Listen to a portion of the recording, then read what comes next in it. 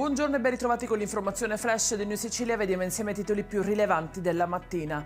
In apertura la delibera del CIPES per la realizzazione del ponte sullo stretto di Messina, trasmessa alla Corte dei Conti, che avrà fino a 60 giorni per licenziarla. Solo dopo questo passaggio potranno partire ufficialmente i lavori. Lo hanno riferito nelle scorse ore fonti del Ministero delle Infrastrutture e dei Trasporti. I carabinieri del comando provinciale di Palermo hanno eseguito 6 misure cautelari a seguito di una violenta rissa verificatasi lo scorso 8 agosto in Corso dei Mille, coinvolti 5 adulti e un ragazzo di 17 anni adesso accusato di tentato omicidio.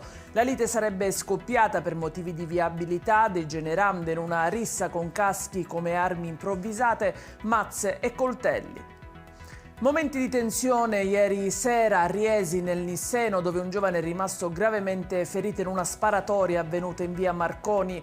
Il ragazzo, colpito da più colpi d'arma da fuoco, è stato inizialmente portato in auto al pronto soccorso di Mazzarino per poi essere trasferito in elisoccorso all'ospedale Sant'Elia di Caltanissetta.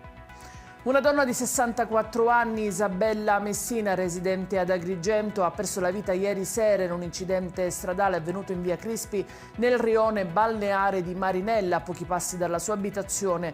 La vittima stava camminando lungo la strada quando è stata investita da un'auto condotta da un giovane di 21 anni di Porto Empedocle. In chiusura la notte di maltempo che si è abbattuta nel Trapanese, una bomba d'acqua ha colpito Alcamo, forti piogge hanno causato ingenti danni da allagamenti ad auto distrutte fino a strade che hanno ceduto, diventando dei veri e propri fiumi in piena. Sarebbero caduti circa 35 mm di pioggia in poche ore. Ed è tutto per questa edizione. Vi ricordo come sempre che i dettagli su queste notizie e molte altre li trovate sul nostro sito e sui nostri canali social. Grazie per averci seguito e a stasera.